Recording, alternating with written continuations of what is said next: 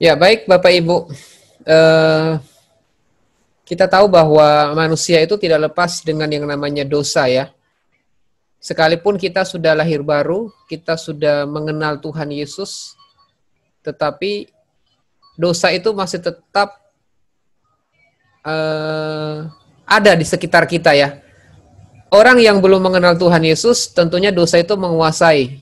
Makanya seringkali ada kutuk keturunan, ada dosa warisan, ada dosa, ya nanti kita akan belajar dosa warisan, dosa dari Adam dan Hawa, dosa turunan ya, dari orang tua, dan juga dosa kehidupan sehari-hari itu menguasai kalau kita belum percaya Yesus atau belum dipenuhi Roh Kudus.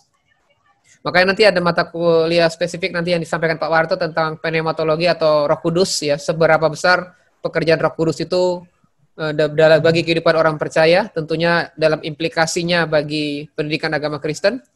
Ya, dosa bukan berarti kita yang sudah percaya Yesus, sudah lahir baru, sudah bertumbuh, tidak kebal dengan dosa ya.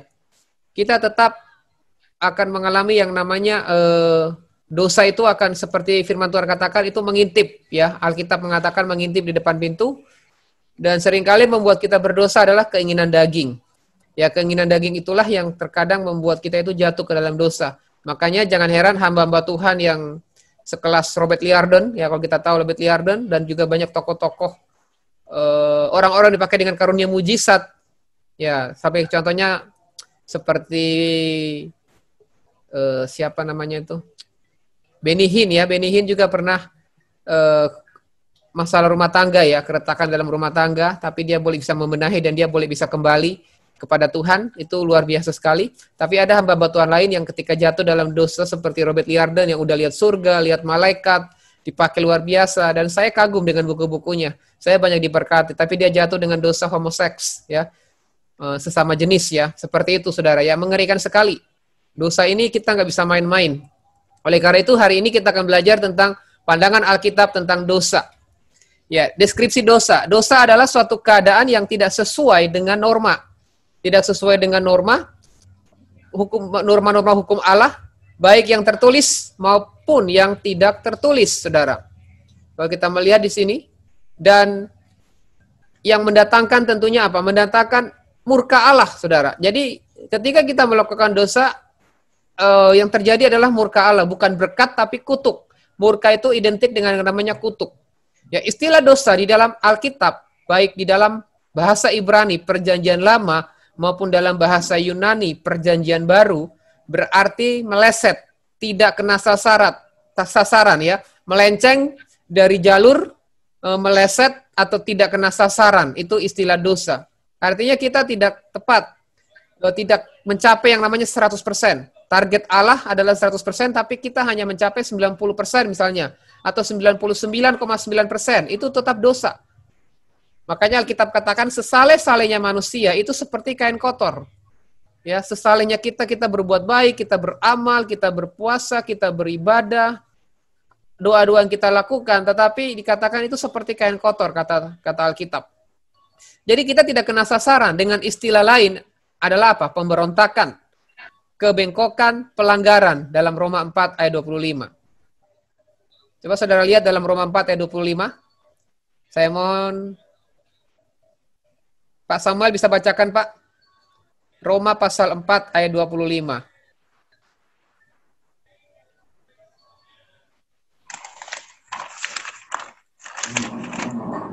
Roma pasal 4 ayat ke-25. Ya. Demikian bunyi firman Tuhan, yaitu Yesus yang telah diserahkan karena pelanggaran kita dan dibangkitkan karena pembenaran kita. Ya, terima kasih. Yesus yang telah diserahkan karena pelanggaran. Jadi pelanggaran manusia lah sehingga Yesus harus datang ya. Ada kebodohan, penyelewengan, tidak percaya, ya saudara bisa lihat dalam 1 Yohanes 3 ayat 4, tidak percaya, mementingkan diri sendiri, tidak menurut hukum, kejahatan, ketidaktaatan, dan banyak lagi istilah-istilah dosa. Sifat-sifat dosa seperti apa? Yang pertama yaitu menyeleweng dari pola, rencana, dan tujuan Allah. Jadi sifat dosa itu apa? Menyeleweng dari pola, rencana, dan tujuan. Penyelewengan di sini digambarkan sebagai pikiran mereka menjadi sia-sia dan hati mereka yang bodoh menjadi gelap. Suami-suami meninggalkan persetubuhan yang wajar dengan istri mereka. Nah ini perhatikan, suami-suami meninggalkan persetubuhan yang wajar dengan istri mereka. Maksudnya di sini adalah mereka udah hidup suami istri, tetapi dia masih cari, misalnya dengan hewan. Itu dengan meninggalkan persetubuhan wajar, misalnya dengan sesama jenis atau dengan wanita lain, ya. Itu yang dikenal dengan suami saya meninggalkan persetubuhan yang wajar dengan istri. Mereka menggantikan persetubuhan yang wajar dengan yang tidak wajar. Yang tidak wajar itu ya seperti dengan hewan tadi, terus sesama jenis, dan ya banyak hal ya. Itu yang tidak wajar, itu yang tidak layak, tidak sesuai dengan kodrat Tuhan. Mereka menerima dalam diri mereka balasan yang setimpal untuk kesesatan mereka. Jadi ada akibat. Ketika kita melakukan dosa itu ada konsekuensi, saudara. Jadi jangan main-main dengan yang namanya dosa. Dikatakan akan menerima balasan yang setimpal dengan kesesatan mereka.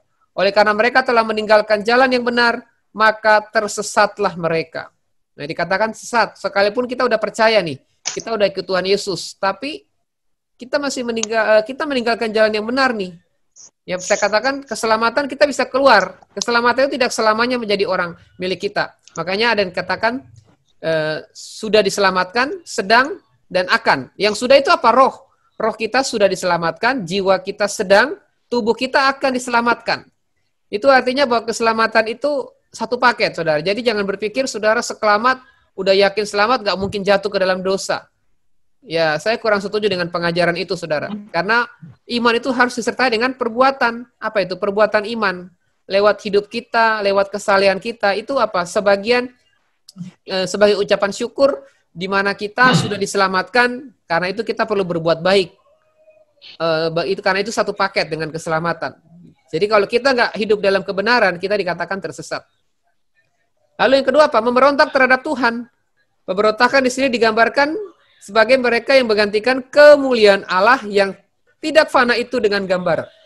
Mereka menggantikan kemuliaan Allah yang tidak fana itu dengan gambaran. Mereka menjadi pembenci Allah. Roma 1 ayat 30. Juga kamu yang dahulu hidup jauh dari Allah dan memusuhinya dalam hati dan pikiran yang nyata dari perbuatan yang jahat. Mbak Eliana tolong baca Kolose 1 ayat 21. Kolose 1 ayat 21. Juga kamu yang dahulu hidup jauh dari Allah dan yang memusuhinya dalam hati dan pikiran seperti yang nyata dari perbuatanmu yang jahat. Iya, jadi sifat ini adalah sifat pemberontak. Ya, artinya hati dan pikiran. Tuhan selalu mengkaitkan dua hal ini, hati dan pikiran. Jadi kejahatan itu sebenarnya dari hati dan pikiran. Bagaimana akar kejahatan itu? Misalnya kita merencangkan nih, kita mau membunuh, misalnya bunuh orang, kita pasti sudah merancang. Orang membunuh itu jarang tiba-tiba langsung membunuh. Pasti dia sudah merancangkan bagaimana cara saya dapatkan istrinya, dapatkan suaminya, atau dapatkan hartanya. Ya makanya saya baru dengar berita ini baru-baru ini ada pendeta, saudara, membunuh 2 orang, saudara. Ini pendeta, saudara. Membunuh istri pertama dan istri yang kedua, saudara. Ini pendeta loh, saudara. Hati-hati, ini baru-baru ini berita. Terus setiap bulan itu ada 1.500 pendeta yang keluar dari jabatan. Tidak kuat, saudara. Setiap bulan, ini dari sumber yang terpercaya. 1.500 orang keluar dari panggilannya sebagai pendeta. Bayangkan, pendeta aja seperti itu, saudara. Apalagi jemaat, saudara. Ini nggak main-main. Iblis saat-saat ini sedang menghancurkan, merusak ya tatanan gereja. Dia sedang ya memporak-poranda istilahnya. Supaya public figure itu nggak ada lagi. Jadi orang rohaniawan pun kayak gitu. Ya ngapain kita mengikut Tuhan Yesus? Wong pemimpin rohani aja kayak gitu ya. Ini hati-hati. Makanya kita perlu benar jaga hati dan pikiran, jaga motivasi. Ketika saudara melayani, ketika saudara dipromosikan di tempat yang nyaman, semakin tinggi, tempat itu semakin godaan, semakin kuat, saudara. Benar nggak? Ya pohon kan semakin tinggi, pohon itu kan anginnya semakin kencang. Ya artinya di sini bahwa kita tidak boleh main-main ya, hati dan pikiran itu harus benar-benar kita jaga. Yang berikut adalah tidak percaya kepada Allah.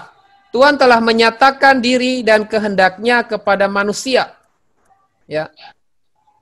Meskipun manusia telah memahami maksudnya, tetapi dengan sengaja manusia menolaknya. Mengapa? Karena manusia tidak mau mempercayakan diri kepada Allah. Jadi ketika kita tidak percaya itu sifat dosa. Jadi kita tidak meragukan akan kuasa Tuhan. Jadi kita setengah percaya itu sama dengan nggak percaya. Kita nggak melibatkan Tuhan itu sama dengan kita nggak percaya, saudara. Artinya itu adalah dosa. Tidak mau mempercayakan diri sepenuhnya kepada Tuhan, kita meragukan Tuhan, meragukan kuasanya. Apa Tuhan melindungi saya ya? Apa saya ini diberkati Tuhan ya? Ya kita sudah mulai ragu. Kita sudah mulai setengah-setengah percaya kepada Tuhan. Itu juga dosa. Tidak percaya, ketika kita sakit, nggak kunjung sembuh, kita kadang-kadang ragu, mulai gelisah, mulai bimbang. Itu juga termasuk dosa. Yang berikut tidak bertanggung jawab atas diri sendiri kepada Tuhan. Kita nggak bertanggung jawab atas diri kita sendiri. Contoh, pada waktu Tuhan meminta pertanggungjawaban manusia, saling menuduh, saudara. Yang harusnya itu meminta pertanggungjawaban Adam. Waktu Adam ditanya, dia nuduh Hawa. Waktu Hawa ditanya, dia menuduh iblis. Wah, iblis nuduh siapa ya? Adam nuduh Hawa, Hawa nuduh iblis. Lalu iblis nuduh siapa? Ya seringkali kita mengkambing hitamkan iblis. Dikit-dikit iblis, dikit-dikit tengking. Padahal belum tentu loh. Kita sakit, kita mengalami masalah itu karena iblis. Belum tentu karena iblis. Bisa saja karena kedagingan kita, karena kelalaian kita, karena keinginan kita sendiri. Makanya kalau kita melakukan kesalahan, ya kita langsung minta maaf kepada Tuhan, minta ampun, karena kita bertanggung jawab dengan diri sendiri. Lalu apa lagi? Mementingkan diri sendiri. Sifat mementingkan diri sendiri digambarkan sebagai manusia akan mencintai dirinya sendiri dan menyombongkan diri. Ya ini seringkali terjadi hari-hari ini, kita bersifat individualis. Orang-orang ketika dia kaya, ketika dia punya kedudukan, kekuasaan, dia jadi sombong. Sombongnya seperti apa? Dia hanya memilih teman-teman yang selevel dengan dia. Dia akan merasa apa yang dilakukan karena akunya, yaitu sama dengan mencintai diri sendiri. Itu dengan menyombongkan diri. Ya, sombong. Manusia tidak tahu mengasihi, tidak dapat mengekang diri. Masing-masing kita kembali kepada jalannya sendiri. Jadi hidup kita berjalan menurut jalannya sendiri. Ini dikatakan dosa, mementingkan diri sendiri. Akibat-akibat dosa, ini kalau kita lihat, akibat dosa membalikan hubungan manusia dengan Allah. Manusia tidak lagi bersungguh-sungguh bersekutu dengan Tuhan. Ya, jadi membuat kita itu nggak lagi bersungguh-sungguh bersekutu dengan Tuhan. Jadi membalikan hubungan kita dengan Tuhan. Dosa membalikan hubungan manusia dengan diri sendiri. Jadi harga diri manusia sudah jatuh karena dosa. Makanya kalau saudara ketemu anak-anak muda yang ogah-ogahan datang ke gereja, jemaat yang tersinggung, sudah nggak mau lagi bersekutu, ya berarti dia sudah dikuasai oleh dosa lagi. Makanya firman Tuhan katakan, lebih baik kita tuh nggak kenal Tuhan, daripada kenal Tuhan jatuh ke dalam dosa, itu lebih buruk. Lebih buruk. Makanya orang yang murtad, orang yang meninggalkan Tuhan, yang sudah mengecap karunia surgawi, mengenal Tuhan, mengecap karunia surgawi, Ibrani mengatakan tidak akan mungkin dibaharui sekali lagi, sehingga dia menginjak-injak kasih karunia. Artinya orang yang sudah ditentukan murtad, orang yang sudah ditetapkan masuk dalam kemurtatan, itu tidak akan mungkin bisa berbalik kepada Tuhan. Ya, kita lihat contohnya siapa? Yudas. Yudas karena apa? Kekerasan hatinya, sehingga membuat dia nggak bisa berbalik lagi. Beda dengan Petrus. Karena Petrus waktu itu punya respon. Dia berespon benar, dia bertobat, dia nangis, Tuhan pakai, Tuhan pulihkan. Tapi Yudas malah bunuh diri. Ya, ini yang bilang membalikan hubungan, tidak lagi bersungguh-sungguh bersekutu dengan Tuhan. Lalu apa lagi? Ya ini, manusia tidak lagi mengasihi dirinya sendiri, membalikan hubungan dan menyalahkan diri sendiri. Harga diri manusia sudah jatuh. Contohnya orang yang jatuh ke dalam dosa persinahan misalnya.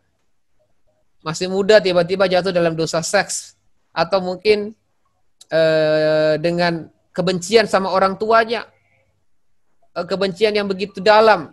Atau mungkin dia melakukan dosa yang buruk, yang mungkin najis. Dia merasa jijik.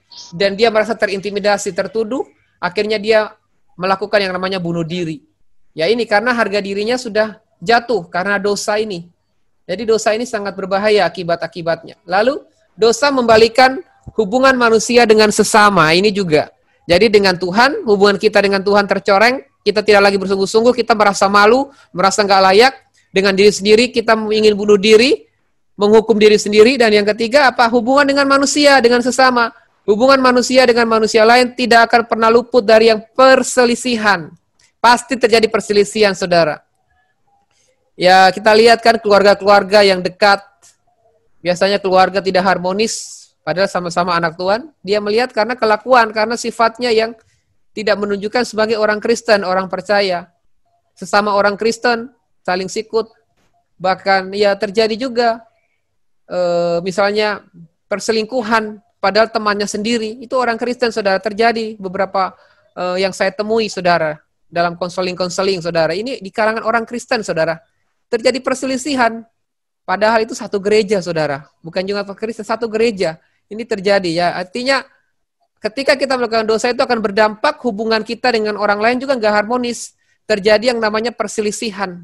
Ini akibat-akibat dosa yang terjadi dalam kehidupan kita untuk saat-saat ini. Tapi ada janji tentang penebus kalau kita lihat di sini. Janji tentang penebus, ya, di sini kalau kita lihat, setelah kejatuhan manusia ke dalam dosa, maka pola, rencana dan tujuan Tuhan dan penciptaan telah diselewengkan dan gambar Allah di dalam manusia telah dirusak. Apakah setelah manusia jatuh ke dalam dosa, rencana Allah gagal? Menurut saudara, rencana Allah gagal nggak? Ketika manusia jatuh ke dalam dosa, apakah rencana Allah gagal? Dan pertanyaannya, apakah Tuhan sudah tahu kalau manusia Adam akan jatuh ke dalam dosa? Tuhan tahu nggak? Nah, jadi ini yang seringkali pertanyaan klasik, saudara. Nanti kita bisa diskusikan kalau saudara ingin bertanya lebih lanjut tentang asal mula dosa. Kenapa kok Tuhan izinkan dosa masuk ke dunia? Nah, ini pertanyaan klasik yang perlu kita tahu ketika ada pertanyaan-pertanyaan dari teolog-teolog non-Kristen mempertanyakan hal ini. Artinya bahwa rencana Allah nggak pernah gagal. Dan saya percaya manusia diciptakan bukan robot, saudara. Kita itu diberikan kehendak bebas. Sebenarnya bukan rusak atau hilang total, tapi berkurang kemuliaan Allah. Jadi bukan mati, tapi rusak, mengalami kerusakan. Artinya berkurang kemuliaan Allah ketika manusia jatuh. Makanya saya bilang kemarin 3 hal yang Allah tidak bisa lakukan. Dia tidak bisa menyangkal dirinya sendiri. Dia tidak bisa menyangkal dirinya sendiri, tidak ingkar janji, dan yang ketiga adalah tidak bisa melakukan dosa. Allah tidak pernah bisa melakukan namanya dosa. Karena dia adalah kebenaran dan sumber kebenaran itu sendiri. Dia nggak bisa menyangkal dirinya sebagai Allah, karena dia adalah sumber dari kehidupan. Makanya dia nggak mungkin menyangkal. Dan dia tidak mungkin ingkar janji, karena dia adalah Bapa kebenaran. Karena dia adalah sumber damai sejahtera yang tidak pernah berdusta. Allah tidak pernah berbohong, saudara. Makanya kita lihat di dalam Alkitab, sekali dia berjanji itu digenapi. Maka sekarang manusia perlu ditebus dari dosa dan dikembalikan menurut pola, rencana, dan tujuan Tuhan yang semula. Keyakinan yang teguh bahwa Tuhan akan mengutus penebus telah menjadi dasar kepercayaan umat Israel di dalam perjanjian lama. Ya, jadi keyakinan Tuhan akan mengutus penebus, dasar kepercayaan umat Israel. Sebenarnya dalam PL sudah ada dasar kepercayaan. Apa itu? Korban. Korban sembelihan itu adalah makna rohani dari penebusan Kristus. Itu sebenarnya prototype untuk penebusan di perjanjian baru. Itu adalah bayang-bayang penebusan. Sebaliknya di dalam PB, kita melihat keyakinan yang teguh ya dari umat Allah bahwa penebus itu datang hanya di dalam satu nama, yaitu Yesus Kristus. Saya minta 2 orang ya, mewakili 2 orang, silakan. Yang pertama.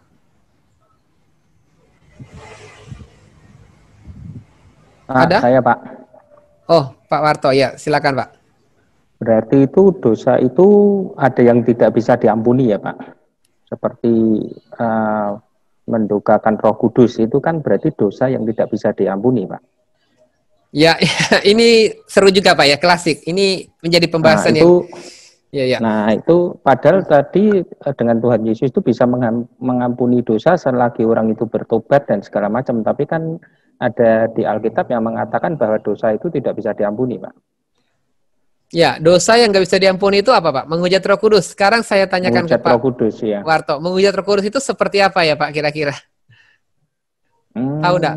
Kategori menghujat Roh Kudus itu apa, Pak? Juga bisa berzina dan mati mengadukan dengan ilah lain ya, Pak. Begitu, Pak, maksudnya, Pak. Oh. Menurut Pak Warto seperti itu ya? Menghujat Roh Kudus. Salah satunya. Terus yang kedua mungkin juga melecehkan ya, Pak, tidak mempercayai Roh Kudus ya. Tidak percaya akan pekerjaan Roh Kudus, seperti itu ya? Apa yang Roh Kudus kerjakan ya? Ya, saya jelaskan Pak, seperti ini Pak. Memang dalam konteks perjanjian baru, Tuhan pernah ngomong, menghujat anak manusia itu akan diampuni, tapi satu dosa yang nggak bisa diampuni adalah menghujat Roh Kudus. Itu konteksnya kan dalam perjanjian baru.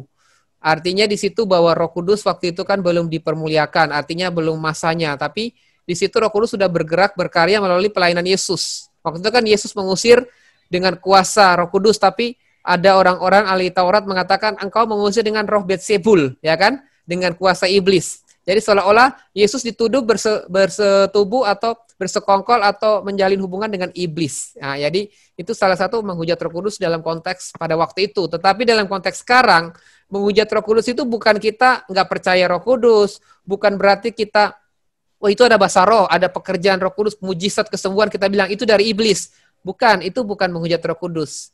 Dan ada yang bilang persinan rohani, kita bersetubuh dengan iblis, atau kita bersinah dengan wanita lain, atau dengan kita sudah kenal Tuhan tapi kok bersinah, apakah itu menghujat? Bukan, itu bukan menghujat Roh Kudus. Jadi menghujat Roh Kudus seperti ini, ada langkah-langkahnya. Yang pertama itu kita mendukacitakan Roh Kudus, itu levelnya. Lagi level pertama itu mendukacitakan Roh Kudus, lalu memadamkan roh, lalu menentang Roh Kudus. Dan langkah terakhir adalah menghujat Roh Kudus. Itu levelnya. Jadi level pertama itu adalah yang dikenal dengan yang namanya mendukacitakan Roh Kudus. Itu ada dalam Efesus atau Tesalonika ya. Ya pernah dengar ya kata itu, mendukacitakan Roh Kudus itu seperti kita itu melakukan dosa, tapi hati nurani kita masih terusik nih. Roh Kudus ngomong, kamu melakukan dosa perzinahan, ayo bertobat, bertobat. Langsung kita respon, kita bertobat. Atau kita, Roh Kudus ngomong nih, dalam hati nurani kita, itu namanya mendukacitakan Roh Kudus. Kita sudah lakukan dosa, tapi antara setengah-setengah, ikut Roh Kudus atau enggak, ikut enggak, itu masih masuk mendukacitakan. Tapi ketika dia enggak bertobat, dia akan masuk kepada langkah yang kedua, level yang kedua yang namanya memadamkan roh. Ya, memadamkan roh itu seperti apa? Ya, dia itu sudah enggak punya semangat dalam melayani. Misalnya dia dulu cinta Tuhan, melayani, rajin baca Alkitabnya udah mulai turun, dia Roh Kudus sudah ngomong, tapi dia sudah mulai padam, hatinya udah mulai kering nih, kering secara rohani. Dia mulai gelisah tapi tidak merespon gitu loh. Responnya udah mulai mengecil gitu. Itu namanya memadamkan roh. Jadi Roh Kudus sudah mulai padam, dia nggak punya semangat lagi. Nah, kalau dia nggak bertobat, dia nggak berbalik, dia masuk kepada level yang ketiga, menentang. Kata menentang itu, teman udah ngasih tahu, kamu melakukan dosa loh, ayo bertobat, balik. Kamu sudah berselingkuh loh, ayo balik ke istrimu, tinggalkan wanita itu. Ngapain kamu, sok tahu kamu sok rohani, gini. Nah, dia sudah dikasih tahu teman, nggak dengar. Firman Tuhan dia dengar, dia nggak respon, itu namanya menentang Roh Kudus. Ya, ini warning, saudara. Warning, kalau kita menentang Roh Kudus, kita nggak bertobat, kita akan jatuh yang namanya menghujat Roh Kudus. Itu sama dengan murtad. Murtad itu adalah menghujat Roh Kudus. Itu yang dikatakan binasa kekal selama-lamanya. Ibrani mengatakan tidak akan mungkin dibaharui sekali lagi untuk yang kedua kali, karena dia sudah menginjak-injak darah kasih karunia, menginjak-injak perjanjian kasih karunia. Itu ngeri, saudara. Kalau orang sudah menghujat Roh Kudus sama dengan murtad, itu ngeri, nggak akan ada pengampunan lagi. Jadi saya katakan ya benar, pengampunan itu nggak akan diberikan kepada orang itu. Artinya kasih karunia waktu Tuhan sudah terlambat, Tuhan sudah menutup pintu anugerah. Pintu anugerah sudah tertutup bagi orang itu. Ya itu Pak, seperti itu. Jadi saya setuju ya, itu kayak murtad Pak. Dia kalau sudah murtad, sudah gimana Pak? Ya kalau murtad terus mau balik lagi Pak, di akhir hidupnya? Saya belum pernah sih menemukan orang yang murtad sudah melewati 4 level itu balik lagi. Kita contohkan ya seperti orang Manado itu ya Pak. Saya inisialkan YW ya. YW yang dari Manado ya, tahu ya. Ya itu kan seperti itu Pak ya. YM Pak. Hah? YW atau Pak? YW ya. YW ya. Ya itu contohnya. Kita lihat orang-orang yang sudah menjelek-jelekan itu sudah murtad, apalagi menjelek-jelekan tentang Yesus, menjelek-jelekan Roh Kudus dalam ceramah-ceramahnya itu, ya saya rasa jarang ya orang seperti itu nggak akan mungkin lah Pak kalau dia, karena dia sudah tahu firman ini Pak. Masalahnya orang itu sudah ngerti firman, udah belajar teologi, itu yang dikatakan murtad. Contohnya Yudas, ya kita lihat Yudas itu bendahara, kurang apa coba? Dekat dengan Tuhan Yesus, bendahara. Tapi karena punya motivasi, dia menjual Yesus, lalu dia menentang. Roh Kudus sudah ngomong nih. Dalam hati kecil saya percaya Roh Kudus sudah ngomong sama Yudas, tapi Yudas menentang. Hatinya memang terusik, tapi dia menentang. Akhirnya uangnya dia buang, Dia bilang uang darah dan dia langsung gantung diri, saudara. Ya ini yang saya katakan murtad. Tidak ada pengampunan. Dan saya setuju, Yudas itu tempatnya di neraka. Kalau ada hamba-hamba Tuhan yang mengatakan Yudas itu masuk surga, itu enggak alkitabiah. Itu penyimpangan. Atau dibilang, Yudas di mana tempatnya? Ya itu ketetapan Tuhan, itu kehendak Tuhan. Tapi saya katakan Yudas di neraka. Kenapa? Karena dia bunuh diri, dia menghujat Roh Kudus, dia murtad, meninggalkan kasih karunia dari Tuhan. Ya kita harus tegas Bapak Ibu. Dalam menjawab sesuatu jangan ada abu-abu atau jangan ada gini-gini. Harus kita tegas untuk menyampaikan ke jemaat supaya kita jangan sampai masuk ke dosa menghujat Roh Kudus. Atau murtad ini, yang 4 level tadi ya. Menduka citakan Roh Kudus, memadamkan roh, menentang Roh Kudus. Menentang ini warning ini. Ini istilahnya stadium 4 ini. Kalau di dalam orang sakit kanker itu stadium 4. Tinggal tipis. Napasnya tinggal tipis. Itu sangat kecil ya. Masuk ke 4 yang namanya menghujat Roh Kudus atau murtad. Ya, seperti itu Pak Warto. Jelas ya, Pak? Ya, Pak. Makasih, Oke, Pak. makasih. Ada lagi? Yang mau bertanya? Ya, silakan. Ya, ini kan kita membahas tentang dosa ya, Pak. Nah, misalkan seseorang yang dia sudah bertobat, tetapi karena keterpengaruhannya dengan lingkungan, sehingga dia jatuh lagi dalam dosa. Terus dia bertobat, terus jatuh lagi dalam dosa. Itu bagaimana tanggapan Bapak? Ya, terima kasih buat jawabannya. Ya, memang ada manusia-manusia seperti itu. Ya, dia berdosa, dosanya sama lagi ya, bersinah misalnya. Dia bersinah, bertobat, bersinah lagi, bertobat, bersinah lebih parah lagi. Dan akhirnya masuk penjara ya. Masuk penjara, dari situ dia baru bertobat. Itu ada, saya pernah menemukan dan sekarang jadi pendeta. Ya bagi saya sih, selama dia masih hidup, selama dia masih diberikan kesempatan bertobat, pengampunan tetap ada. Dan Tuhan tetap berberi kasih karunia. Tetapi ingat ada konsekuensi. Artinya Tuhan akan memperhitungkan mengenai upah. Jadi ada orang yang dari kecil ikut Tuhan, dia setia, bukan cuma surga, tapi upah. Ya kalau orang yang dari tengah-tengah, startnya dari tengah, ya upahnya mungkin gak seberapa. Kalau dia setia sampai akhir, yang membedakan nanti upah di kekekalan. Di surga nanti ada upah. Mahkota-mahkota itu akan membedakan. Jadi kalau orang setia dari kecil, setia, konsisten, itu mahkotanya gede. Tapi kalau orang penjahat, mau mati baru bertobat, itu nggak dapat upah.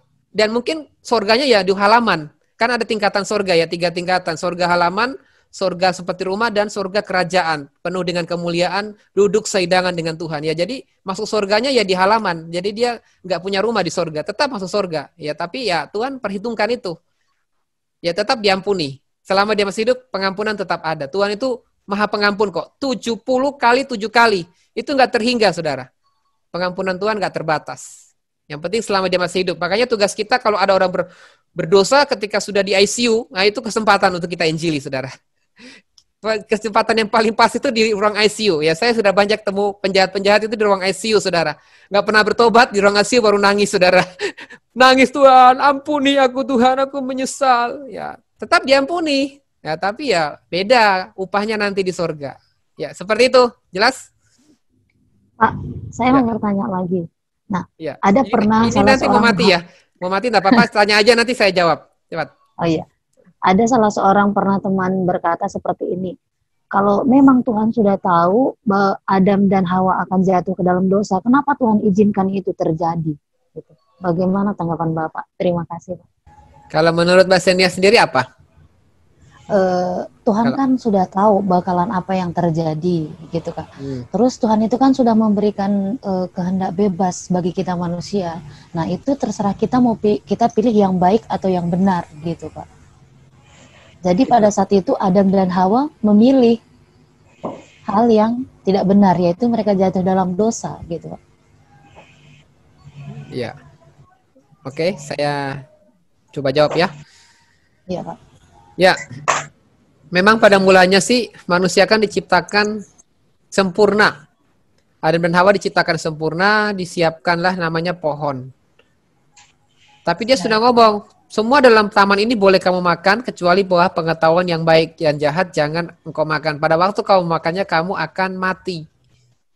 Sebenarnya di situ Tuhan sudah memberikan satu warning, artinya satu perintah. Perintah yang untuk jangan dilanggar. Artinya di situ manusia sudah diberikan yang namanya kepercayaan. Terlepas dari kehendak bebas, sebenarnya manusia sudah diberikan tanggung jawab, otoritas untuk menguasai bumi, yaitu Taman Eden. Taman itu seperti bumi dulu. Jadi menguasai bumi itu ya menguasai Taman Eden. Jadi artinya bahwa kepercayaan penuh sudah diberikan kepada Adam. Di samping gendak bebas, dia diberikan yang namanya kepercayaan atau tanggung jawab untuk menguasai bumi. Tetapi ada satu hal yang tidak boleh dilakukan, yaitu memakan buah pengetahuan. Itu bukan berarti Tuhan pilih kasih, bukan berarti Tuhan menyembunyikan. Enggak, Tuhan udah beritahu loh. Tuhan kasih tahu, kalau kau makan, kau mati. Tuhan sudah beritahu. Kecuali Tuhan nggak beritahu, mereka makan, ya itu berarti Tuhan mengizinkan dong. Berarti Tuhan nggak care, nggak konsisten gitu loh. Ya makanya salah satu hal manusia melanggar atau manusia tidak bertanggung jawab. Dan hal yang kedua, sebenarnya bukan Tuhan tidak mengizinkan atau bukan Tuhan membiarkan dosa masuk. Tuhan tidak membiarkan dosa itu masuk, saudara. Tuhan dengan segala cara membackup supaya dosa itu nggak masuk ke dunia. Sebenarnya awal mula asalnya dosa itu kan dari malaikat. Apa sih? Pemberontakan. Jadi asal muasal dosa itu adalah pemberontakan dari malaikat. Jadilah Lucifer, iblis. Makanya bumi kan dimusnahkan, bumi campur baur. Lalu muncul bumi yang baru, yaitu Adam dan Hawa. Tempatnya itu Taman Eden. Lalu kenapa kok Tuhan biarkan dosa masuk? Kenapa kok Tuhan itu mengizinkan dosa itu ada di Taman Eden? Ya, saya mau katakan bahwa di situ kita sedang dilatih, saudara. Artinya kita sedang diproses, dilatih untuk benar-benar melakukan apa yang menjadi ketetapan-ketetapan Tuhan. Makanya Tuhan itu kasih dan adil. Ada hukum keseimbangan, saudara. Di dalam dunia ini selalu ada hukum keseimbangan, hukum keteraturan. Makanya Tuhan kasih, tapi Tuhan juga adil. Di situ Tuhan tempatkan pohon yang bisa dimakan, tapi ada juga pohon yang nggak bisa dimakan. Itu sebenarnya untuk menunjukkan apakah kita taat. Kita tunduk gak sih sama aturannya Tuhan? Kita tunduk gak? Tapi ternyata apa? Adam dan Hawa memberontak. Sebenarnya permulaan dosa itu bukan karena makan buah pengetahuan. Bukan karena buahnya, tapi karena pemberontakan. Ketidaktundukan Adam kepada perintah Tuhan. Ya, jadi bukan berarti kita itu ada kehendak bebas. Kehendak bebas, tapi tetap kita dikontrol loh. Tuhan sudah mengontrol kehendak bebas kita. Tapi ada batasan-batasan tertentu yang Tuhan tidak bisa kontrol. Ya, memang Tuhan, kita punya kehendak bebas, tapi ada dalam kontrol ilahi. Tapi ada kata batasan tertentu yang nggak bisa Tuhan kontrol. Apa itu? Ketundukan diri. Ketundukan diri itu adalah dari kita. Harus diusahakan dari kita untuk kita latih. Makanya buah-buah roh itu tidak terjadi dengan sendirinya, tapi dengan yang namanya penguasaan diri ya. Penguasaan diri salah satunya, yaitu harus kita latih ya. Makanya Tuhan sedang melatih Adam dan Hawa. Seberapa besar tanggung jawab mereka kepada apa yang Tuhan percayakan. Jadi dengan kata lain, bukan Tuhan nggak mengizinkan dosa. Sama sekali tidak. Saya nggak setuju dengan teolog-teolog, berarti Tuhan biarkan dosa. Berarti Tuhan skenario dong. Wah, ini keliru lagi nih. Masa Tuhan skenario dari dosa? Tuhan nggak pernah loh menciptakan dosa. Dosa itu ada dengan sendirinya, bukan diciptakan Tuhan. Jadi jangan kita terpikir bahwa dosa itu diciptakan. Tuhan nggak pernah menciptakan dosa. Dosa itu muncul karena pemberontakan. Karena apa? Karena ketidaktundukan kepada perintah-perintah Tuhan. Itulah yang namanya dosa. Dan dosa awal mulanya karena pemberontakan, ketidaktundukan kepada aturan atau perintah Tuhan. Seperti itu Mbak Senia. Apakah sudah puas dengan jawaban saya? Kalau belum puas silakan, tidak apa-apa. Jujur aja. Iya Pak. Sudah puas? Terima kasih Pak. Iya Pak, puas Pak. Oke, terima kasih. Baik, kita akan masuk kepada presentasi. Saya serahkan kepada Pak Warto untuk yang pertama. Kita coba 2 orang ya di sesi ini, 2 orang Pak Warto, nanti kedua Mbak Eliana ya, siap-siap Mbak Eliana. Iya Pak. Silakan di-sharekan. Saya akan jelaskan bahwa Roh Kudus itu yang pertama-tama adalah Roh Kudus itu adalah Allah. Ya. Alkitab menjelaskan bukti-bukti bahwa Roh Kudus itu adalah Allah, yaitu di Roh Kudus itu memiliki nama yang khas. Roh Kudus itu Roh Allah, itu ada di 1 Korintus 2 ya. Ya. Ayat yang 11, terus Roh Kudus itu adalah Roh Kristus, itu di Kisah Para Rasul. Terus Roh Kudus juga disamakan dengan Allah. Roh Kudus disamakan dengan Allah itu ada di Kisah Para Rasul 5 ayat 3, 1 Korintus, nanti bisa dibaca. Terus Roh Kudus memiliki kesejajaran dengan Allah Bapa dan Allah Anak. Yang dimaksud itu adalah pribadi yang tidak terpisahkan dan sejajar dalam Allah Tritunggal, yang mungkin kemarin juga sudah cukup banyak diterangkan oleh Pak Willy, jadi saya langsung aja. Untuk Trinitas kan kita sudah tidak perlu lagi diperdebatkan, itu sudah doktrin. Terus Roh Kudus, bagi Allah itu Roh Kudus memiliki atribut atau kepribadian Allah, yaitu ia mempunyai pribadi yang kekal, ia mempunyai, ini Pak Willy kemarin juga sudah sampaikan, pribadi yang maha tahu, terus pribadi yang maha hadir, pribadi yang maha kuasa, ya omni semua itulah. Terus Roh Kudus itu juga melakukan pekerjaan Allah. Jadi pekerjaan yang hanya bisa dilakukan oleh Allah itu ternyata Roh Kudus juga bisa melakukan. Berarti itu membuktikan bahwa Roh Kudus itu juga adalah Allah.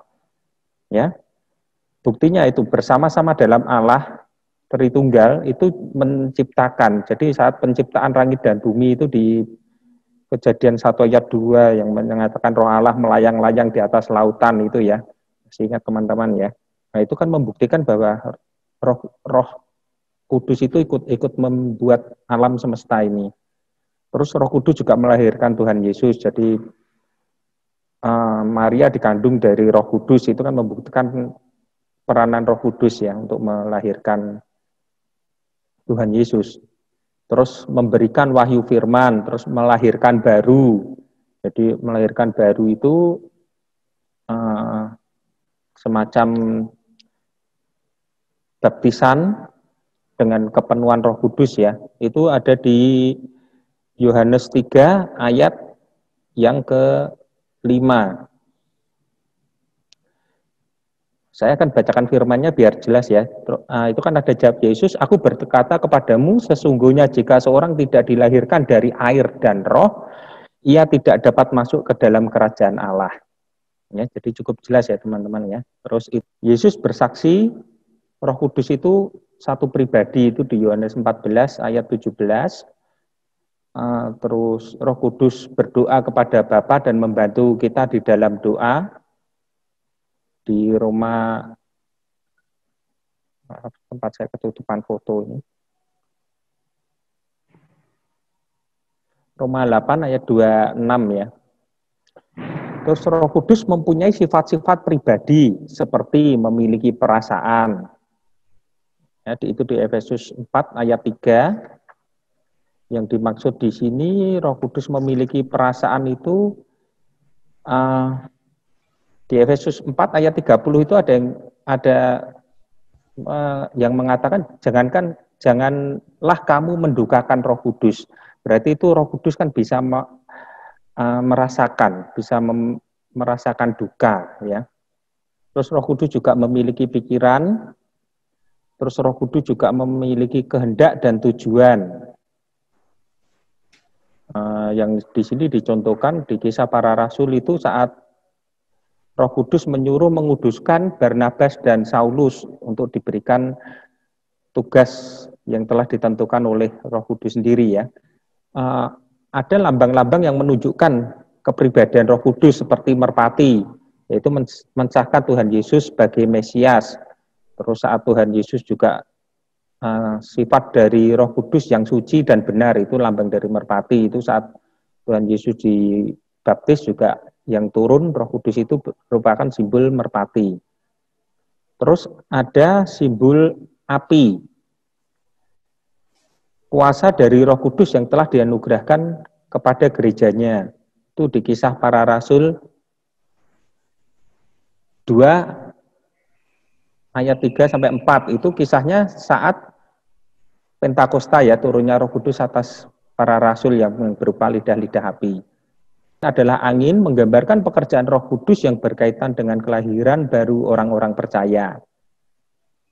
Sekarang kita lihat Roh Kudus itu tadi mempunyai pekerjaan, yaitu dalam perjanjian lama, yaitu memenuhi orang-orang pilihan Allah, jadi nabi, imam, raja, hakim-hakim, dan orang-orang pilihan lain.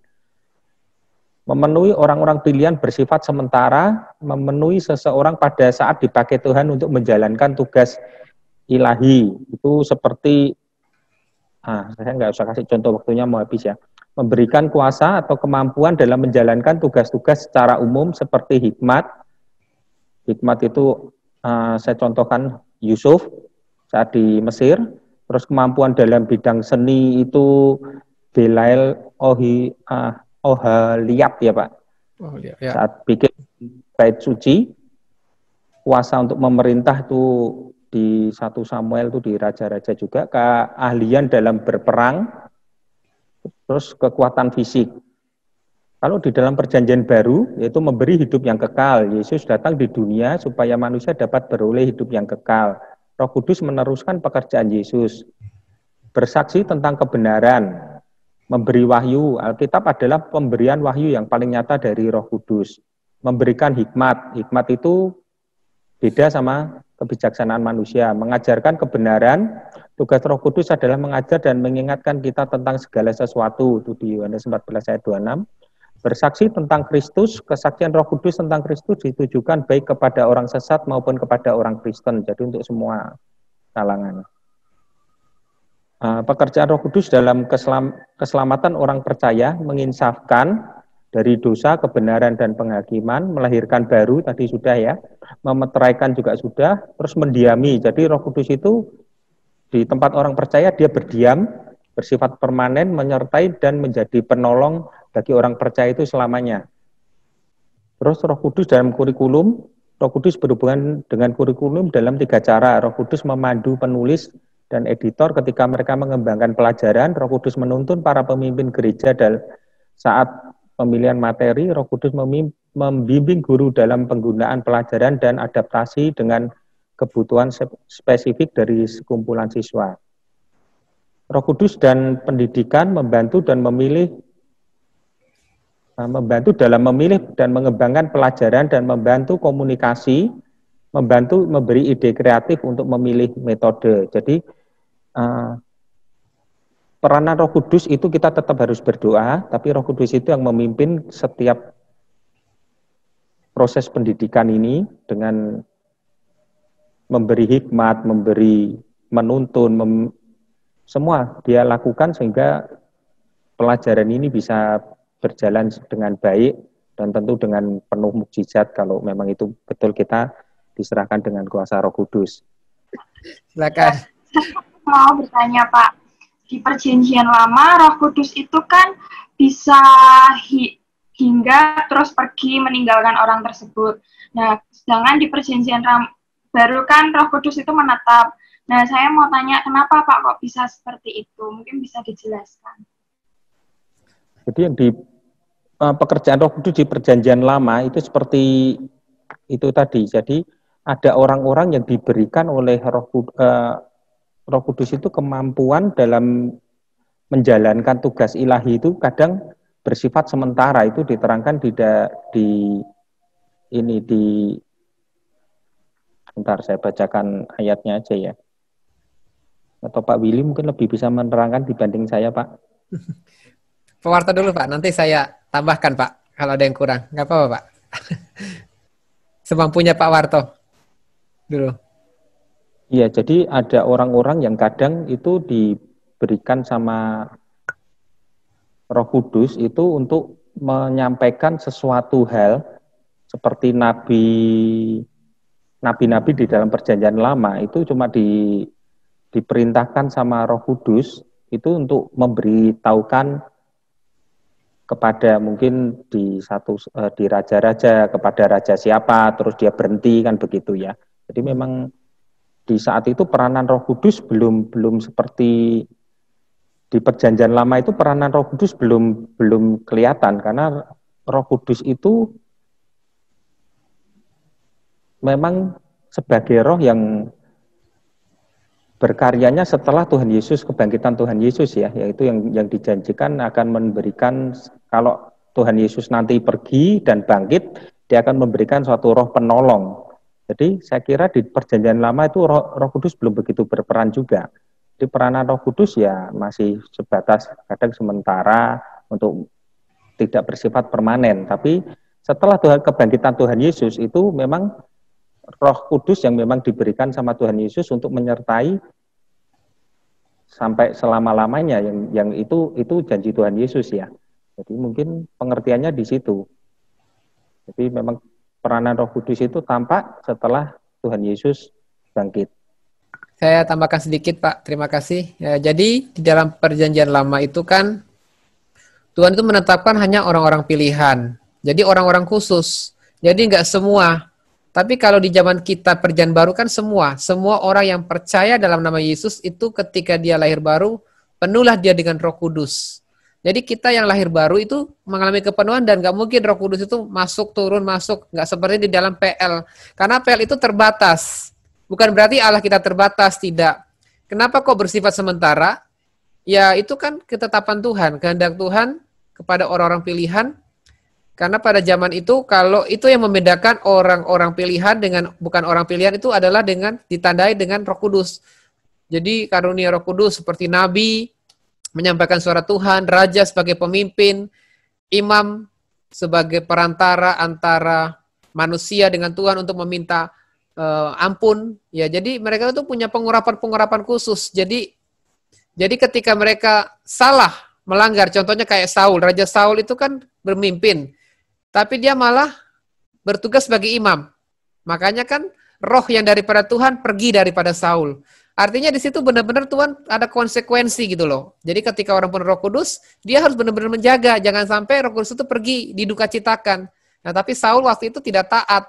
Dia melakukan tugas imam hanya gara-gara suruh bersabar nggak mau. Tugas keimaman Samuel diambil alih oleh Raja Saul. Akhirnya roh daripada Tuhan pergi. Waktu roh Tuhan pergi, dia dikuasai oleh iblis. Roh iblis menghinggapi Saul.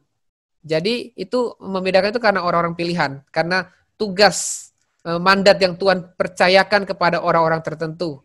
Makanya sepertinya Roh Kudus itu kayak pergi, masuk, pergi. Ya itu karena memang itu ketetapan Tuhan dari sana. Sudah seperti itu. Ya.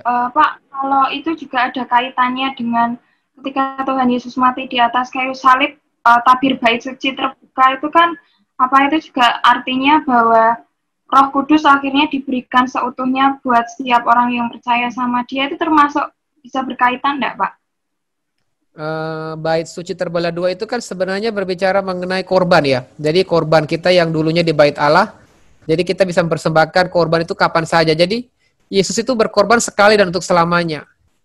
Itu lebih berbicara korban sih, tabir bait suci terbelah dua. Jadi bukan ke Roh Kudusnya, tapi kepada korban bahwa keselamatan itu dicurahkan ke seluruh umat manusia yang mau percaya. Jadi peristiwa Roh Kudus itu peristiwa Pentakosta. Pada waktu Pentakosta maka turunlah Roh Kudus seperti lidah-lidah api itu. Awal mulanya pencurahan Roh Kudus besar-besaran di mana Roh Kudus menghinggapi orang percaya ya. Kisah Rasul 2 itu peristiwa Pentakosta. Ya, terima kasih. Hari ini saya mau mempresentasikan tentang manusia atau yang biasa disebut juga antropologi, doktrin manusia, dan implikasinya dalam PAK. Slide selanjutnya. Ya, mengenai asal-usul manusia terlebih dahulu, kalau kita melihat dari sudut pandang Alkitab, orang-orang Kristen pasti meyakini bahwa manusia ini diciptakan oleh Tuhan, karena juga tertulis di Kejadian 1 ayat 26-27 yang menjelaskan Tuhan sendirilah yang menciptakan manusia, Dia yang menjadikan dan membentuk manusia itu. Dan Tuhan yang memberikan nafas kehidupan kepada manusia sehingga manusia itu bisa hidup. Jika Allah yang menciptakan manusia, maka seluruh umat manusia adalah satu keturunan dari satu pasangan yang tunggal. Maksudnya adalah keturunan dari Adam dan itulah seluruh umat manusia yang ada di dunia ini. Selanjutnya Pak ya. Nah, pandangan-pandangan orang-orang Kristen ini yang meyakini bahwa manusia diciptakan oleh Allah, itu mereka berpikir atau berpandangan bahwa Adam dan Hawa ini sudah ditentukan Tuhan terlebih dahulu bahwa akan diciptakan sebagai laki-laki dan perempuan. Dan Hawa itu diciptakan langsung oleh Allah dengan mengambil tulang rusuk dari Adam.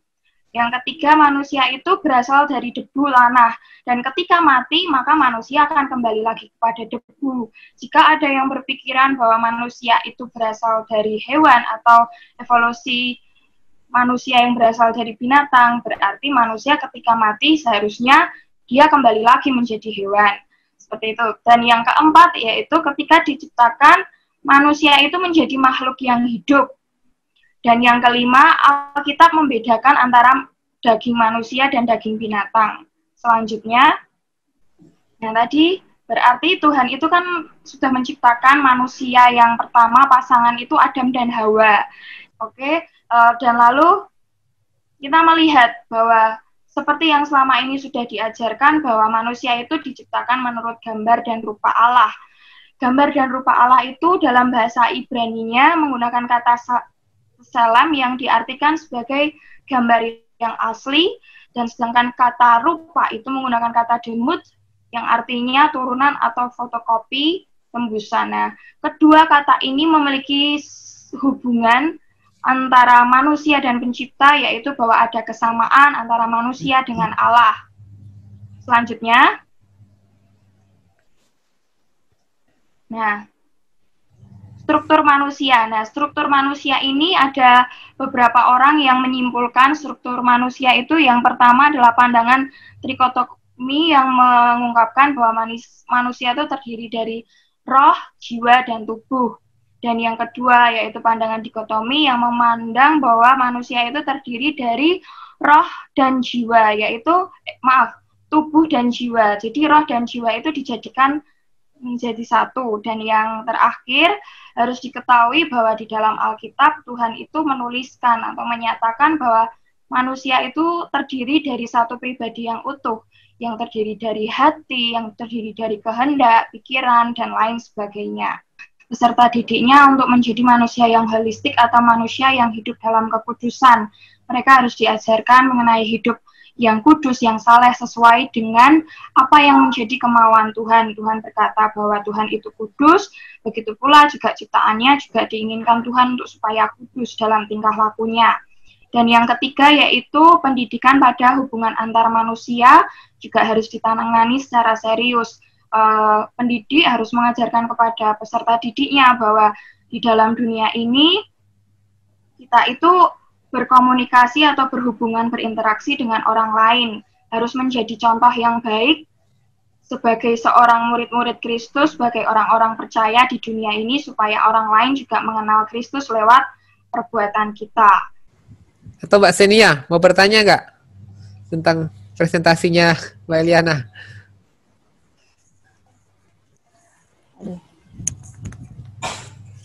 Pak, saya aja Pak. Oh ya, silakan. Apa yang dimaksud dengan segambar dengan Allah yang ciptaan manusia? Apa Allah itu mukanya kayak kita ini atau bagaimana?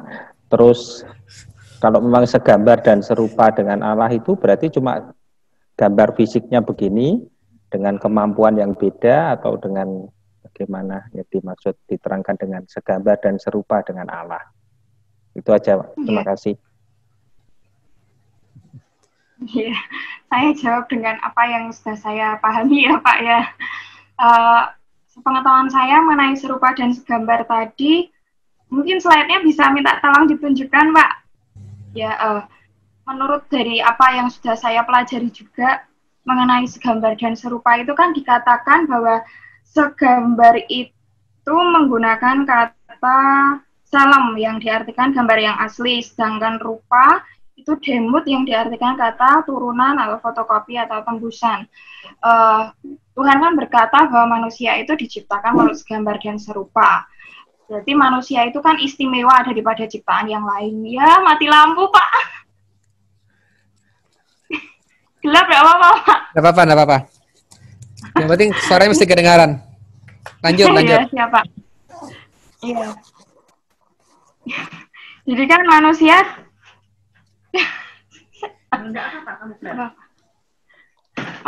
itu kan makhluk ciptaan Tuhan yang paling istimewa. Di situ Tuhan menjelaskan bahwa manusia itu diberikan akal budi. Nah, akal budi itu kan berarti Tuhan Allah memberikan itu pada manusia, berarti Tuhan Allah juga memiliki akal budi. Yaitu salah satu yang buat manusia segambar dan serupa dengan Allah. Kalau diberitahukan atau dikatakan serupa wajahnya sama persis kan kayaknya Tidak, karena setiap orang yang ada di dunia ini kan wajahnya beda, entah ada yang hidungnya mancung atau pesek, kulitnya hitam atau putih, atau lain sebagainya seperti itu. Di makalah saya sudah menuliskan apa yang dimaksud dengan segambar dan serupa itu ya Pak. Mungkin saya akan bacakan bahwa segambar dan serupa itu yaitu kemampuannya untuk bersekutu dengan Allah, lalu kemampuannya untuk memahami dan melaksanakan kehendak Allah dalam penciptaan. Yang ketiga yaitu untuk memerintah semesta alam bersama dengan Allah. Lalu, ya cukup 3 itu. Jadi 3 itu Pak yang dikatakan bahwa segambar dan serupa itu dalam kaitannya akan hal itu. Itu yang bisa saya sampaikan Pak. Terima kasih. Terima kasih. Sudah jelas Pak Warto? Jelas? Ya Pak, itu tadi cuma ngetes kok Pak. Oh ngetes. biar rame Pak ya. Biar rame ya. Ya. Adapun pembahasan yang saya akan bahas pada malam hari ini, yang pertama yaitu definisi keselamatan, dasar keselamatan, syarat keselamatan, proses keselamatan, akibat keselamatan. Yang keenam penerapan keselamatan, dan ketujuh implikasi keselamatan dan pendidikan Kristen. Yang pertama yaitu definisi keselamatan. Kata keselamatan berasal dari bahasa Yunani yaitu sozo, yang artinya menyelamatkan, membebaskan, mengawetkan, melestarikan, menyembuhkan. Dalam kaitannya dengan manusia berarti menyembuhkan dari kematian atau mempertahankan hidup. Selanjutnya 2 yaitu dasar keselamatan. Dasar keselamatan yang pertama yaitu anugerah Allah. Dasar pertama keselamatan manusia adalah anugerah Allah, yaitu sifatnya kasih Allah kepada manusia yang sebenarnya tidak layak menerima anugerah itu, dan karena perbudakan dosa dan kejahatan. Yang kedua, pilihan Allah. Dasar kedua keselamatan manusia dalam pilihan Allah dalam Efesus. Kita boleh melihat di situ dikatakan bahwa Allah telah memilih dan menentukan manusia yang telah memberontak dan menyeleweng itu di atas anugerahnya untuk diselamatkan supaya menjadi serupa dengan teladan Kristus. Dan yang selanjutnya pengenalan Allah. Dasar pilihan Allah kepada orang-orang yang sungguh-sungguh menerima anugerah Allah dalam pengenalannya kepada setiap orang. Jadi Allah sudah mengetahui setiap manusia yang akan menerima anugerahnya. Yang keempat yaitu panggilan Allah. Dalam sejarah pernyataan anugerah Allah kepada setiap orang secara pribadi disebut adalah panggilan Allah. Nah, selanjutnya yaitu yang ketiga syarat keselamatan. Yang pertama yaitu mengaku dosa. Mengaku dosa di sini dikatakan syarat pertama untuk menerima anugerah keselamatan Allah ialah kita harus benar-benar mengakui dosa kita. Dan yang kedua, bertobat. Bertobat, syarat kedua bagaimana kita menerima anugerah keselamatan Allah ialah kita harus benar-benar bertobat. Pertobatan di sini bukanlah penyesalan karena kita sadar atas kesalahan, atas kejahatan, dan bukan pula perbaikan atas dosa dan kejahatan melalui perbuatan baik. Dan yang ketiga yaitu beriman.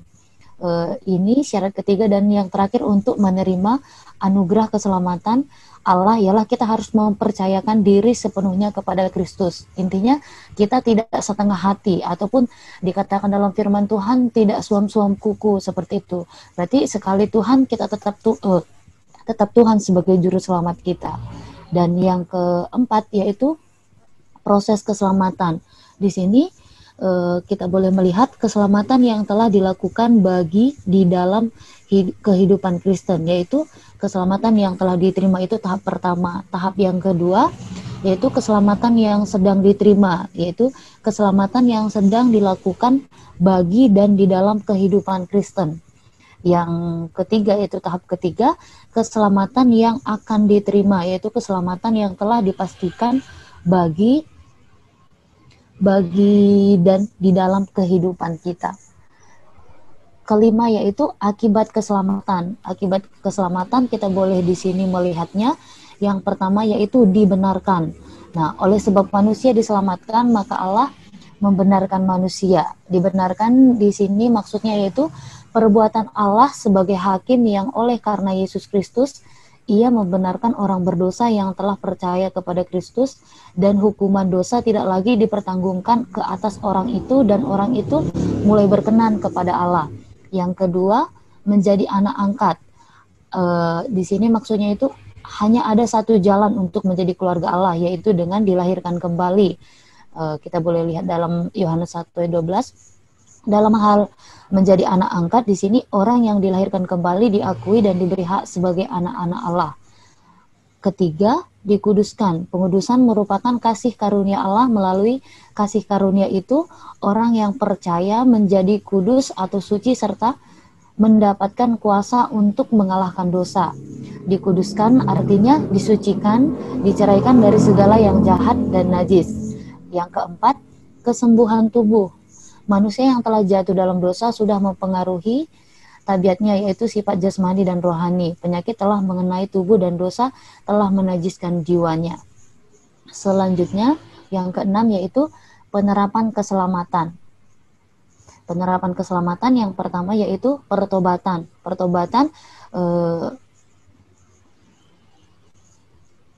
Pertobatan saya boleh mengartikannya dalam makalah yang sudah saya kirim ke Pak Willy juga. Di sini saya membacakan ya. Pertobatan adalah keadaan di mana seorang berdosa menyesal karena dosa-dosanya yang dinyatakan kepadanya oleh terang firman Tuhan dan gerakan Roh Kudus, sehingga dengan kehendaknya sendiri ia mengubah pikirannya dan hatinya, lalu berbalik dari dosanya dan berpaling kepada Allah. Iman. Yang kedua, iman. Iman yang telah menyelamatkan yaitu percaya dengan hati. Percaya dengan hati. Dan iman yang menginsafkan diri kita bahwa kita akan binasa dan sungguh-sungguh rindu untuk diselamatkan. Nah, iman yang menyelamatkan yaitu bagaimana kita percaya bahwa Yesus Kristus itu adalah anak Allah. Dan yang kedua, di catatan saya dikatakan percaya kepada Injil, yaitu kebenaran firman Tuhan. Dan yang ketiga di sini kelahiran kembali. Kelahiran kembali yaitu Allah mengaruniakan hidup baru. Hidup baru di dalam Kristus oleh pekerjaan Roh Kudus dengan perantaran firman Allah kepada jiwa yang mati dan dosa dan kejahatan. Kalau nggak ada saya saja, Pak. Silakan, Pak. Jangan yang susah-susah ya, Pak. Enggak. Yang gampang. Yang gampang. Pertanyaannya gampang, Pak. Jawabannya yang susah ya, Pak. Iya. Tapi kan diterangkan orang kalau habis dibaptis itu kan disucikan, mengenal Tuhan Yesus, menerima Yesus sebagai Tuhan dan Juru Selamat, itu sudah diselamatkan. Tetapi kan harus tetap ada banyak yang harus dilakukan. Iya. Ya kan baru bisa mendapat keselamatan sejati atau kekal atau kehidupan kekal lah. Nah, pertanyaannya tuh begini, kalau orang seperti tadi bertobatnya yang Pak Willy temui, banyak orang yang di rumah sakit sudah di ICU, tahu-tahu baru terima Tuhan Yesus, itu kan cuma baru menerima Tuhan sebagai Tuhan dan Juru Selamat, tapi dia belum taat akan perintah Tuhan. Itu diselamatkan secara bagaimana?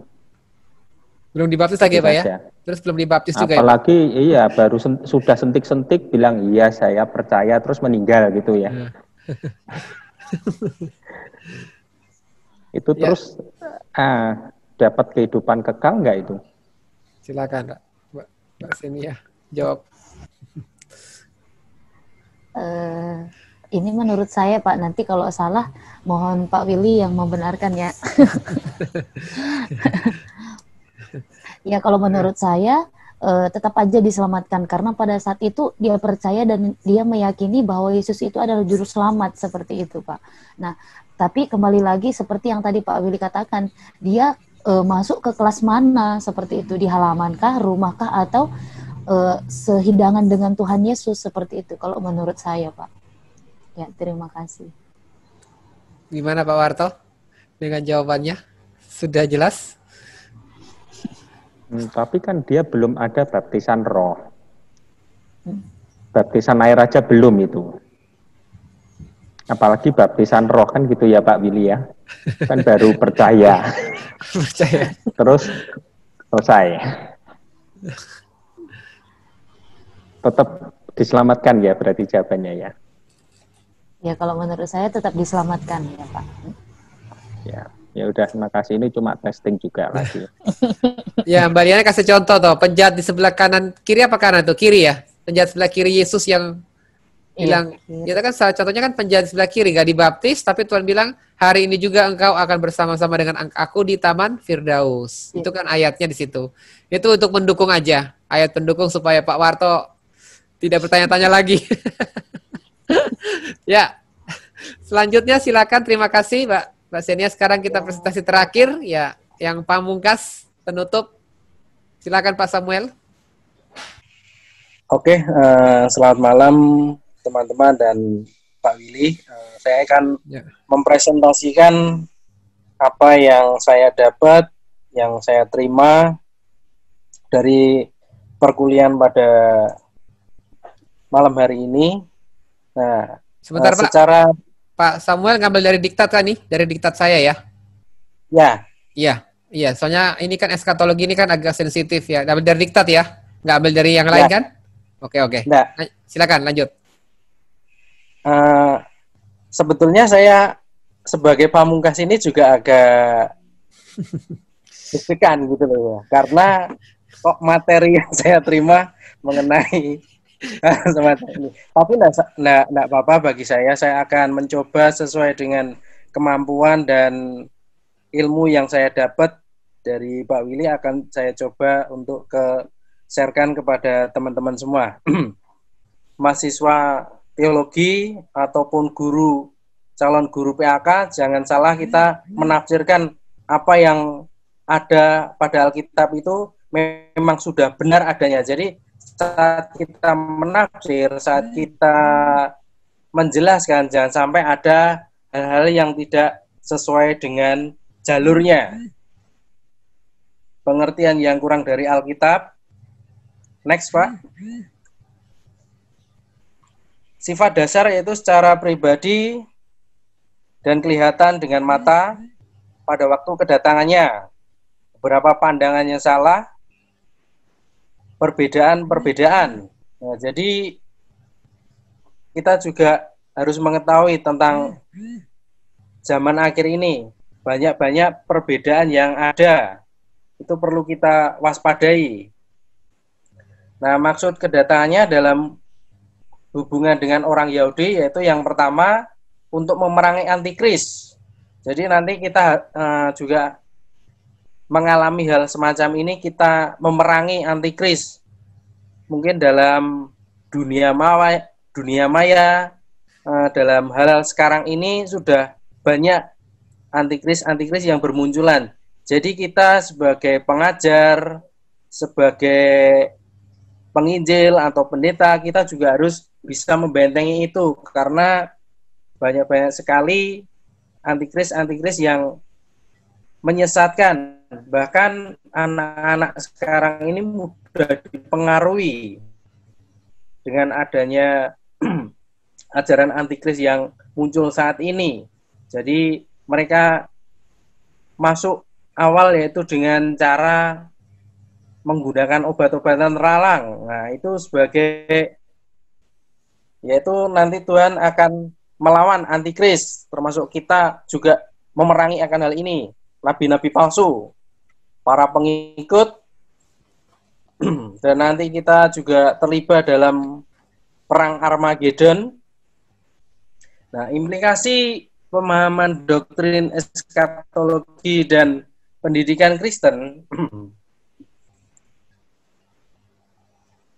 Yang pertama yaitu dalam berbudaya orang Yahudi bila mana sampai berulang kali, berarti hal tersebut merupakan hal yang penting. Jadi pemahaman tentang pembelajaran tentang eskatologi ini kita mendengarnya harus berulang-ulang, tidak hanya sekali, supaya kita paham betul apa yang dimaksud, apa yang menjadi kerinduan Tuhan itu kepada diri kita secara pribadi dan kepada orang-orang yang perlu kita injili. Next, Pak. Dengan pemahaman yang benar akan kedatangan Tuhan, para pengajar dan pembelajar Kristus waspada terhadap anggapan-anggapan yang keliru tentang kedatangan Tuhan. dan dapat memberikan penjelasan yang alkitabiah kepada setiap orang yang belum memahami tentang kedatangan Tuhan, sehingga mereka pun dapat turut hidup dalam kewaspadaan dengan cara hidup mereka. Jadi kita perlu memberikan pemahaman yang benar, yang sesuai dengan apa yang ada dalam Alkitab, kita perlu sampaikan. Yang ketiga, pemahaman yang benar akan kedatangan Tuhan, para pengajar dan pelajar Kristus dapat memiliki pengharapan yang kokoh dalam kehidupan,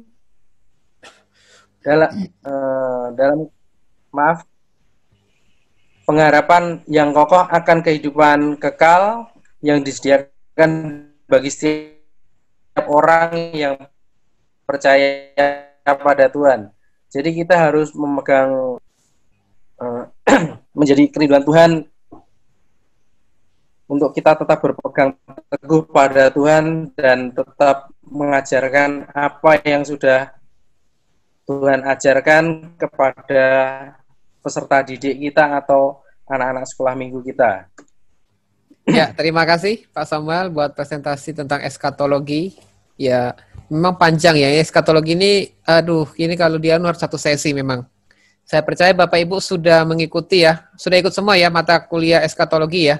Saya percaya Bapak Ibu sudah paham. Ini hanya penjelasan ringkasan aja, pengulangan aja untuk kita semakin dalam, semakin mengerti. Silakan kalau mau bertanya kepada Pak Samuel, saya persilakan. Saya boleh bertanya, Pak? Boleh, silakan. Ke Pak Samuel ya. Pak, tadi kan ada Bapak bilang tentang antikris ya, antikris. Nah, di sini saya ingin tanyakan, masa antikris itu kan 3,5 tahun. Nah, bagaimana dengan orang-orang yang sudah terima angka 66 itu? Nah, bagaimana kehidupannya? Apakah nanti dia masih bisa selamat atau seperti apa itu, Pak? Kira-kira menurut Bapak. Terima kasih, Pak. Oke, saya akan mencoba menjawab ya. Untuk chip 66 itu memang kita sudah mengetahui dan mengenal semuanya. Artinya begini, kabar ini bukan hanya kabar sesaat, itu aja enggak. Tapi kabar ini memang berkesinambungan kalau kita cermati. Jadi 66 ini memang sudah ada yang menciptakan ya bagaimana melalui Lucifer itu. Jadi orang-orangnya ini memang sudah ada gitu. Jadi bagaimana untuk mengacaukan ajaran Tuhan Yesus yang sebenarnya ini mereka belokkan. Jadi jangan sampai umat-umat Tuhan yang percaya, yang mengenal akan Yesus secara pribadi dengan penuh, ini tidak nyampe kepada tujuannya. Jadi antikris ini memang menyesatkan dan tidak ingin anak-anak Tuhan itu yang percaya Tuhan secara 100% itu tidak ingin. Jadi itu penjelasan dari saya. Gimana Mbak? Sini apa sudah puas atau belum? Belum puas? Maaf ya Pak, saya belum puas karena belum ada yang kena dengan yang saya tanyakan sedikit. Gitu. Saya masih tambahkan. Sedikit. Oke, saya tambahkan ya. Bagaimana dengan ini ceritanya orang percaya, sudah percaya Yesus tapi dia menerima tanda bilangan 66, misalnya chip di dahi. Dia ini kan nanti kita akan ke depan kan akan masuk dalam masa antikris ya. Orang-orang percaya kan terangkat rapture, tapi bagaimana dengan orang percaya yang menerima tanda di dahi dan tangan seperti itu ya? Apakah dia masih ada kemungkinan untuk selamat atau tidak gitu ya?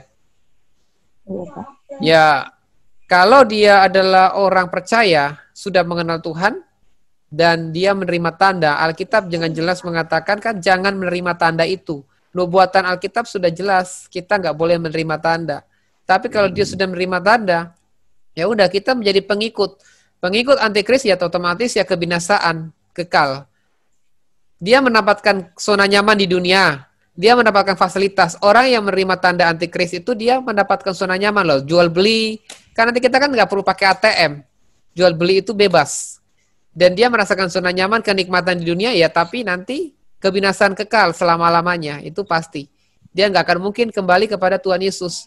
Beda dengan kita yang dikejar-kejar nih, kita nggak menerima tanda tapi kita disiksa nih.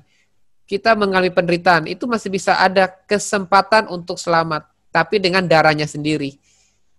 Dengan darahnya sendiri. Jadi bukan lagi, kayak kita ini ada zaman anugerah nih, masih Roh Kudus bekerja. Tapi ada masanya nanti Roh Kudus akan diambil. Roh Kudus akan kembali kepada Bapa, sehingga kita nggak ada lagi yang namanya anugerah atau yang dikenal dengan yang namanya zaman kasih karunia.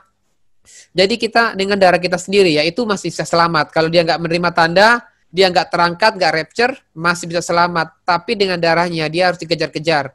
Tapi kalau dia sudah menerima tanda, ya dia selamat di dunia aja loh ya. Menikmati keinginan dunia, tapi akan dihakimi Allah. Dan pasti masuk neraka. Kebinasaan kekal, seperti itu. Jelas? Atau belum Iya, jelas? Pak. Sudah jelas? Nah, berarti seperti yang Bapak katakan tadi, di dalam masa antikris itu, penyiksaan itu berarti tidak ada kasih karunia, seperti itu, Pak? Tidak ada kasih karunia, karena di situ Tuhan sudah mengambil. Nanti setelah masa antikris kan kita masuk kerajaan 1000 tahun. Nah, kerajaan 1000 tahun itu memang gak ada dosa. Tapi di ujung kerajaan 1000 tahun yang dikenal tadi Kristen kambing. Jadi ada kayak gereja tadi ya, Kristen kambing. Jadi di ujung kerajaan 1000 tahun iblis akan dilepaskan lagi. Jadi iblis yang ditawan, ya sepertiga dari malaikat yang jatuh ditawan itu akan dilepaskan di ujung antikris. Dan itu lebih ngeri lagi, lebih dahsyat lagi daripada zamannya antikris. Ya, COVID ini sebenarnya benang merah ya. Saya katakan benang merah untuk menuju chip itu akan segera diterbitkan. Ya, makanya dengan istilah vaksinasi, vaksin itu kan sebenarnya benang merahnya nanti ke depannya ya kita gunakan chip. Makanya kita namanya ibadah namanya new normal ya. Satu sistem new normal. Kita akan mengikuti peradaban baru. Ya, nanti ke depan ya kita akan terbiasa dengan seperti itu. Ya, ini sebenarnya peradaban baru arahnya ke sana. Ini penubuatan penggenapan firman. Termasuk kita lihat Presiden Amerika. Ya, ini bukan kebetulan Presiden Amerika terpilih bukannya lagi Trump, tapi justru lawannya Trump. Ya, ini sebenarnya penggenapan firman. Saya pikir ini kedepannya akan ada tanda-tanda ke sana. Penggenapan. Makanya kita bersiap-siap, berjaga-jaga setiap waktu lah. Lebih baik kita rapture ya. Lebih enak rapture daripada melewati penyiksaan. Saya malah tertarik yang Bapak ngomong tentang chip itu, Pak. Oh iya. Nah, itu seandainya diharuskan kita untuk itu tanda kalau sudah divaksin dipakai chip, kalau enggak itu di gedung-gedung kita tidak bisa masuk di semuanya. Kalau tidak ada chipnya itu bagaimana sikap kita, Pak? Apa kita enggak mau hidup secara normal sesuai mereka semua sebagai umat Kristen, Pak? Nah, itu kan satu dilema ya, Pak. Saya pikir itu suatu dilema benar buat kita yang tahu seperti ini. Tapi itu memungkinkan karena saya pikir cara mereka bekerja seperti itu, Pak. Mungkin akan ada seperti di airport yang untuk detektor itu kan biasanya kita masuk itu langsung sudah mengetahui vaksin kapan, sudah kadaluarsa belum atau harus vaksin lagi. Jadi kalau mungkin belum vaksin pun tidak boleh masuk kan gitu dari pintu tersebut. Jadi mau nggak mau chip itu kan mungkin harus terpasang, Pak. Nah, ya. Kita sebagai umat Kristen gimana, Pak? Ya, mengenai chip, ya memang kita lihat Alkitab ya, kebenaran Alkitab ya kebenaran ya. Jadi kita nggak perlu menggunakan apa ya istilahnya situasional apa ya, kebenaran itu kita harus tetap apa ya menyampaikan kepada jemaat, kepada peserta didik kita, terutama untuk diri kita sendiri. Artinya bahwa Tuhan itu kan masih memberikan anugerah. Saya percaya vaksin yang terbesar atau termulia adalah Yesus Kristus. Dia adalah vaksin di atas segala vaksin, mujizat terbesar. Ya, saya udah banyak mengalami mujizat seperti Pak Warto kemarin lihat saya ngajarkan saya batuk-batuk ya Pak. Itu saya udah ganti-ganti dokter Pak, dokter spesialis nggak sembuh-sembuh Pak. Tapi yang saya datang itu saya datang nyembah Tuhan, nangis di bawah kaki Tuhan. Tiba-tiba Pak waktu saya berbahasa roh nyembah, sembuh Pak. Batuk saya hilang Pak. Artinya bahwa kalau kita berharap kepada Tuhan, minta kasih karunia Tuhan, Tuhan pasti memberikan proteksi vaksin yang terbaik lah. Kalau belum waktunya Tuhan untuk chip itu beredar, kalau belum diizinkan Tuhan, belum lah Pak. Sebelum penggenapan Tuhan, penggenapan firman, tanda-tanda akan digenapi, chip itu gak akan pernah beredar Pak. Pasti ada kegagalan. Dunia ini kan, kita ini kan demokrasi Pak. PBB, belum ada PBB, belum ada, termasuk Indonesia aja masih menolak. Beberapa negara-negara pun masih ada yang menolak. Jadi artinya itu nggak akan segera terrealisasi. Karena kita melihat firman Tuhan ini kan belum semua digenapi, Pak. Ya kan? Ya seperti materai, 7 murka Allah dan lain-lain itu kan belum. Nanti kan antikris kan setelah 7 materai, 7 murka, 7 cawan dicurahkan, barulah chip itu akan berkembang di mana-mana. Seperti itu, Pak. Jadi ini hanya masih wacana sih, Pak. Bagi saya ini masih wacana dan ini belum bisa direalisasikan secara secara nyata. Kalau menurut saya sih kayaknya belum, Pak. Mungkin vaksin dalam bentuk chip. Seperti itu, Pak Warto.